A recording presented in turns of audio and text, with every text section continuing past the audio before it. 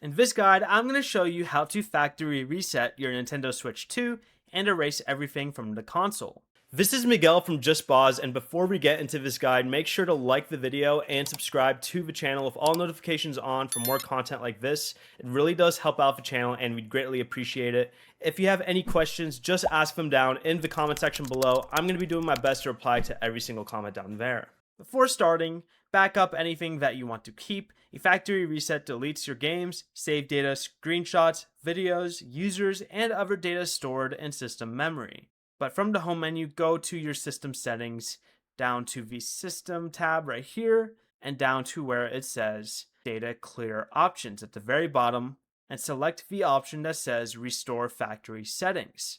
If parental controls are enabled, enter your PIN when prompted. Read the warning on the screen, then select Next. The console will try to connect to the internet, so it can unlink the Nintendo accounts currently registered to the system. Select Next again, then choose Restore Factory Settings to confirm. The Switch 2 will erase the console and return it to its original setup screen. Your Nintendo account itself and your eShop purchase history are not deleted, so you can sign back in later and re-download eligible purchases.